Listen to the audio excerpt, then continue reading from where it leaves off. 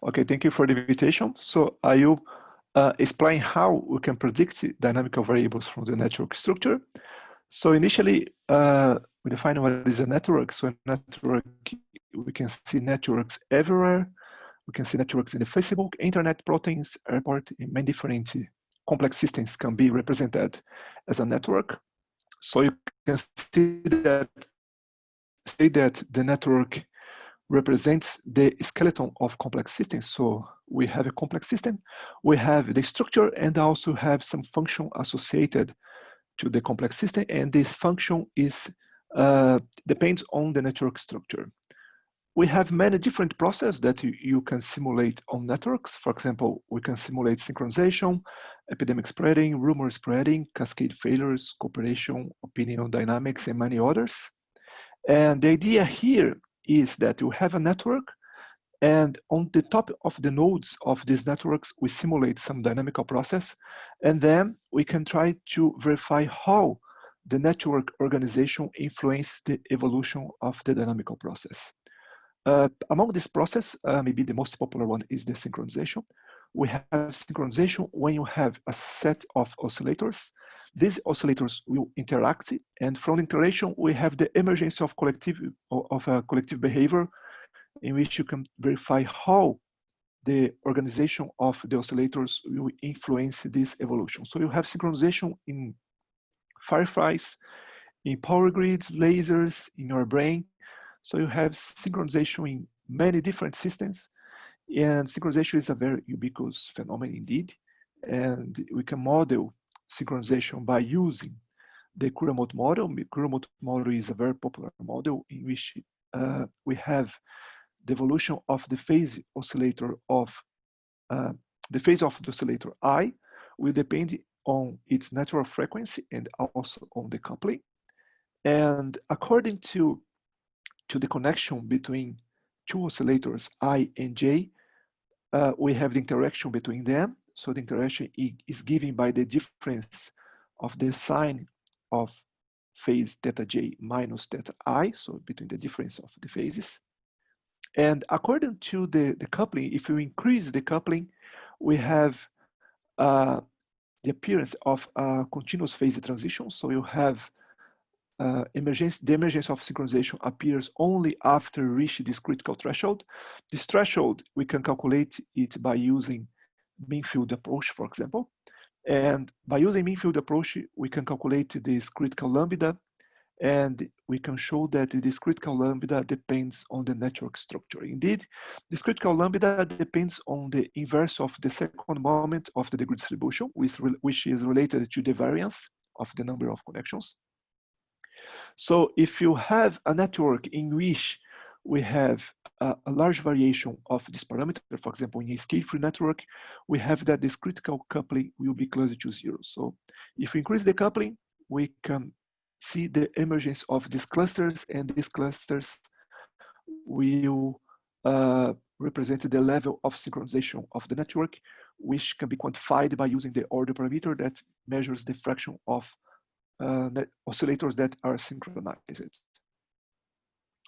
So many works verified that the patterns of connections in the network influences the evolution of synchronization. For example, associativity, transitivity, community structure, all these different patterns of connections will play a role on the evolution of synchronization. So you have that. We have a network, we have synchronization, and you know that the structure of network influences the synchronization. So this is the idea that you use in your prediction. Another important dynamical process is the spreading. So you have the spreading of bacteria, virus, but also you have the spreading of computer virus, innovation, ideas. So any type of information we can model in more or less the same way in a network. So you have a network, we have the agents. These agents will transmit the information from one node to another one. And then we can try to study how these connections between the agents will influence the emergence of the epidemic phase, for example. In case of diseases, we had many different outbreaks in your history since the Greek civilization from today. You have coronavirus, for example, and to model epidemic spreading, basically we define the compartments. For example, we define the susceptible, who is health subjects. We have the infected compartment when this health subject will become infected, and this infected guy can recover, become susceptible, or can be immune. So you have the SIS model or SIR model. So according to the transition between these compartments, we can define the models.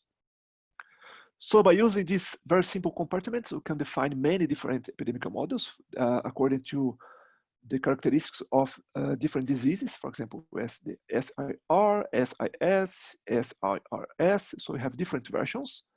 And to model, to adapt these models to networks, we have different approaches. For example, you can consider mean field, question mean field, pair approximation, individual-based mean field, message passing, discrete time Markov models. We have many different approaches we should describe in this review we published in 2018.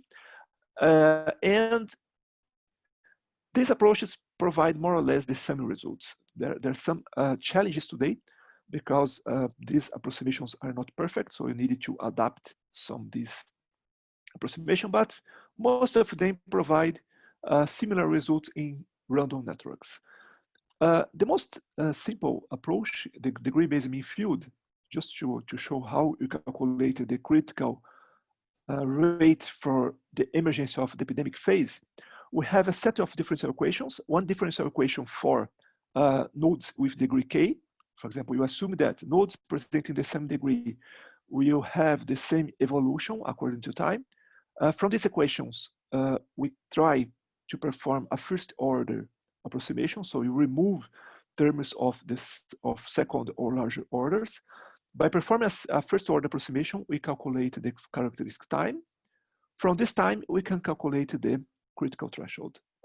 So again, we can see that as in the case of synchronization, the critical thresholds depends on the network structure. So here again, we have that the second moment of the degree distribution plays a fundamental role on the epidemics. And this is really important because for scale-free networks, indeed the Facebook, Twitter, or society, for example, are scale-free networks, then this critical rate will be closer to 0. Because of this, scale-free networks are the ideal medium in which diseases will spread. So we have a very easy spreading if you have scale-free networks. Because of this, we can see that it's really hard to control some epidemics. So given that the network structure influences the dynamical process, one fundamental question is how this influence occurs, okay? So how? And this is really important because if you know how the topology influences the dynamics, then we can change the topology to change the dynamics. So this is really important, mainly in case of power grids, for example, because we can try to change the connections between the power stations in order to avoid blackouts and some other failures. Okay, in your brain also we can try to understand some diseases according to the change in the number of connections, and in epidemics we can try to control epidemics by changing the connection between individuals. So again, given that we know this influence, one fundamental question is, can we predict this process from the network structure? So this is an interesting question because if you know how the network structure influences the dynamical process by providing this prediction with accuracy, then we can try to infer which properties of the network will be the most important for the evolution of a given dynamical process. In terms of prediction and inference, we have two basic differences. In inference, this is the goal of statistics. We wanted to explain the data we have. So we wanted to explain how the variables is influencing the target variable. In the case of prediction, we only wanted to predict. We wanted to perform the best prediction as possible. And the goal is just to predict by using a kind of black box. So we are not interested in understand how the variables are related, but you wanted to get a very good prediction. In this case, for example, you can use deep learning. Also, we can predict in two different levels. We can perform the prediction and inference in global level. So you consider the whole network in the large scale organization of the network. And we can also perform the prediction in the local level. In this case, what you wanted to predict is the node capacity of spreading, for example, or if a node will be synchronized, or any dynamical variable associated to a node. And as the variables that we use to train the algorithm will be the node properties. So our hypothesis, given the network structure, can you predict the dynamical process? So you assume that the dynamical process depends on a given function, and this function is applied only on the network structure. So the idea is, given the network, we wanted to predict. Of course, that we have some error associated because this error represents, for example, the variables that we are not able to measure, so, or some error in the when you collect the data. So basically, we can say that this hypothesis can be modeled as a regression model or a classification model. Okay, and D is the number of features that you assume in your case, in your prediction. But this function is very complicated due to presence of non-trivial patterns of connections, because we have, for example, scale-free networks with associativity, community organization. We have nonlinear effects because we have cycles in these networks, and also correlation between variables, because we expect that nodes that are connected will evolve similarly. In the case of global level, what you did is to collect the data. So basically, to collect the data, we need to define a way to change the network topology. So you consider many different models, like Erdős-Rényi Barabasi model, nonlinear Barabasi model, small world Waxman, and many different models.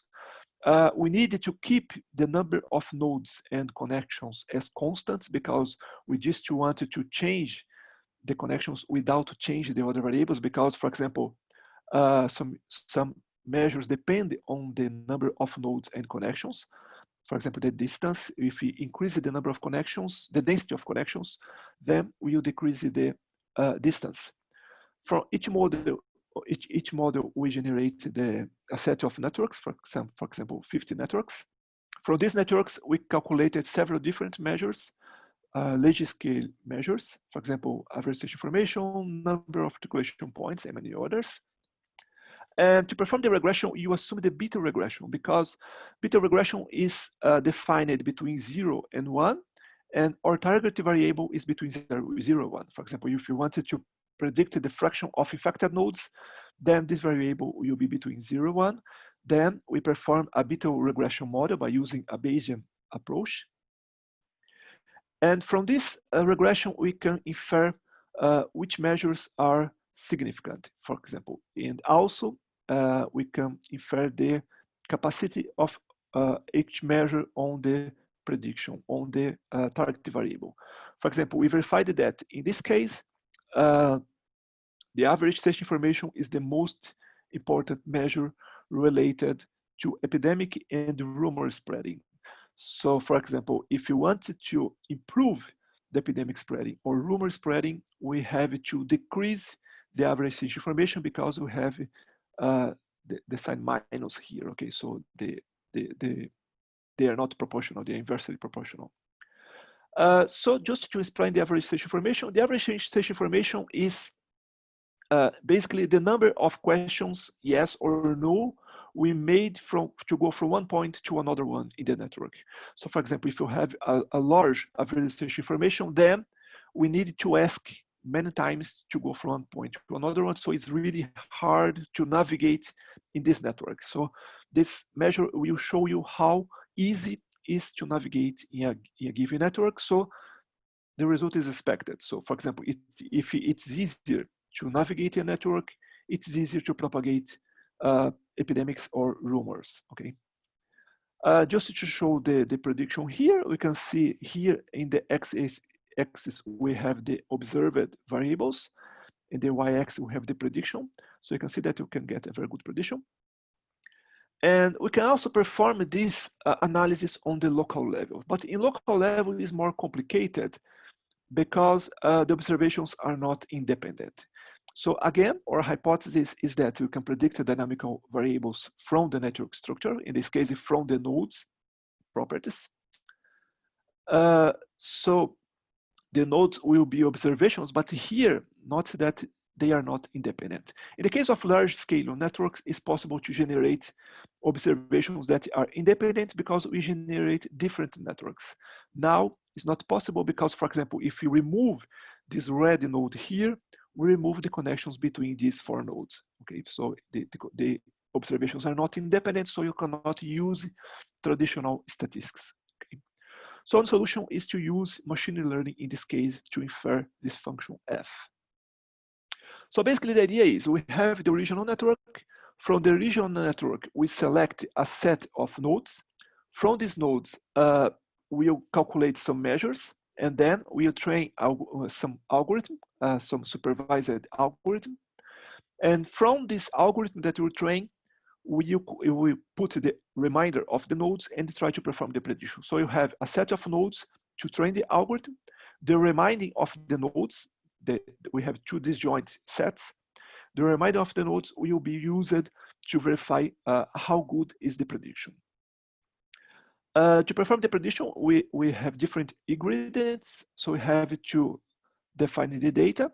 We have to define the hypothesis space. And also we need to define a goodness metric. Is a kind of loss function or cost function in which you need to define how good is the prediction. So for the data, you have a network and each observation will be a node. So from each node, we calculate different measures like the degree, clustering, betweenness, PageRank, key core, eigenvector centrality. And then we have our target variable. Our target variable will be of two different forms. We will have epidemic spreading. We have the fraction of infected nodes. So this is our target variable. And in case of synchronization, what you want to do is to try to predict if one oscillator will be synchronized or no, or will not be.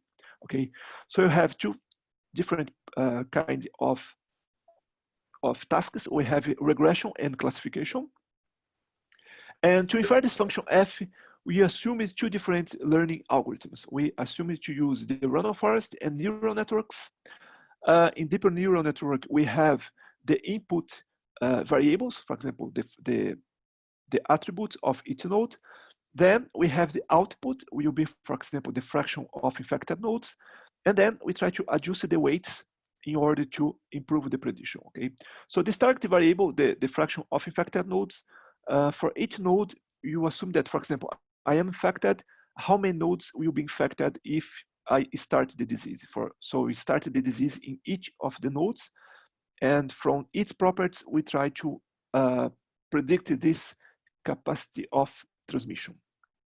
In the case of random forest, you have our data set. We perform a kind of sampling in this data set, sampling of observations and features. For each sampling, we construct a decision tree. And from this set of decision trees, we perform a majority voting and try to get the final results. Our data set, we needed to define in two different sets. So the training set and the testing set, these two disjoint sets. The training set will be used to adjust the learning model and the testing set to evaluate. To perform the adjust of the hyperparameters of the model, we consider the key-fold cross-validation. The key-fold cross-validation permits to define, for example, the weights in the neural network or the number of trees in the decision tree classification. And here we have the prediction. Okay, so you have the data in the x-axis and the prediction in the y-axis. So we can see that we can get a very good prediction for the US transportation network and the hamster social network. This is for the epidemic spreading. And also, from these algorithms, we can infer the importance of each measure on the prediction. For example, we can see that the key core and degree are the most important measures associated to epidemic spreading. So for example, if a node has a large key core and degree, then this will be the most influential spreader. So indeed, we solve this problem of the most influential spreaders. As you can see here, this this is a very important investigation in which people is interested in trying to identify these most information spreaders by inspecting only one measure per time. So now we can see that instead of using just one measure, we needed to use a lot of measures, and also different measures has different importance. Okay. In the case of synchronization, what we did is similar, but now we have a classification. So initially we simulated the Kuramoto model on the networks, and then we define the level according to the evolution of the phase in the after a long time simulation.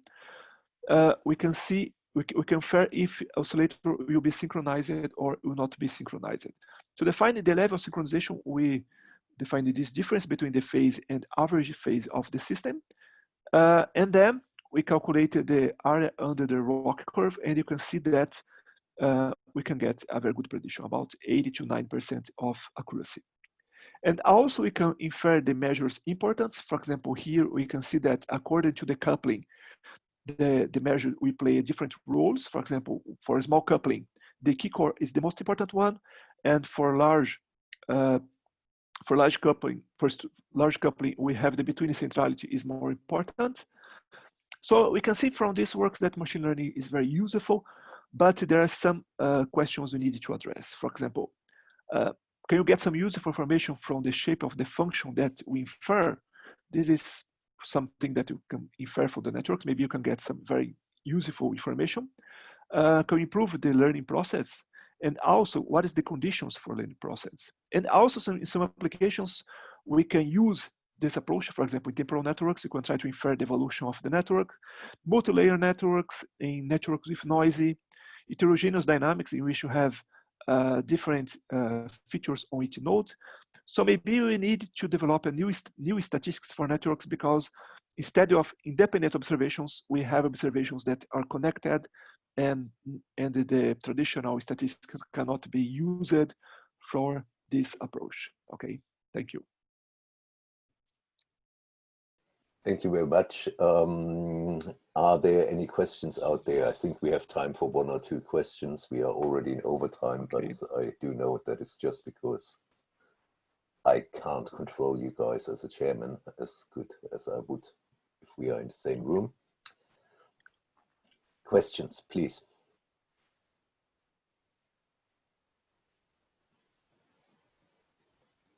So while the others are waiting for a question to ask, I mean, from what I've seen, you mainly focus on a variety of networks and sample them quite excessively for this machine learning approach.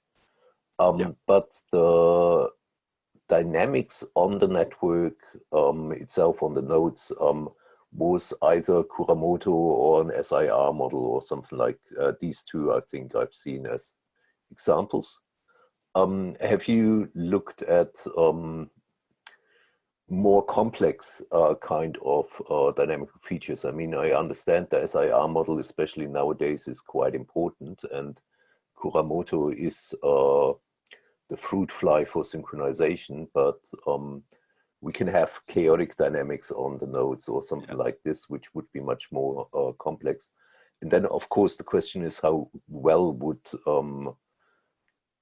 the different kind of machine learning approaches actually cope with this more complex dynamics? Yeah, indeed, this is a very good question, because in the case of Kuramoto model, we have more or less simple dynamics, but I think it's possible to try to infer in the case of chaotic dynamics, but maybe you will not be able to use this kind of inference, for example. Maybe you will use some kind of this traditional approach in statistics. I think is not able to capture the dynamics. But if you use a kind of deep learning algorithm, and if you have a lot of data, maybe we can try to infer, for example, if you generate a lot of networks and very large networks with several different parameters, then I think if you use a deep neural network, we can try to learn from the dynamics. But I think this is much more harder than what you did. And indeed, your work is just a starting point, and we hope that we can go to investigate this kind of dynamics. Yeah, But this is really good idea. Yeah, okay. That is similar to the question which was asked just in the chat about predicting bifurcations, in that sense that there you have similar kind of problems most likely that you would face with temporal networks where structures are changing, similar when the control parameter of your function f is drifting, leading to a bifurcation. I imagine these would be quite similar problems that you're facing in these two scenarios, change of structure or change of control parameter. Have you any experience there or advice? No, indeed, we have some experience with temporal networks, but we have not tried it yet. But for example, one approach that we're trying to investigate now is given that you have your temporal network, so you have the snapshots of the networks and some dynamical process associated to the evolution. What you want to do is try to predict how the network will evolve and also how the dynamical process will evolve. So it's more complicated than just predict this evolution of the temporal network. But this is really complicated, and we wanted to study this, but I think we need more sophisticated models. Okay, I think we are now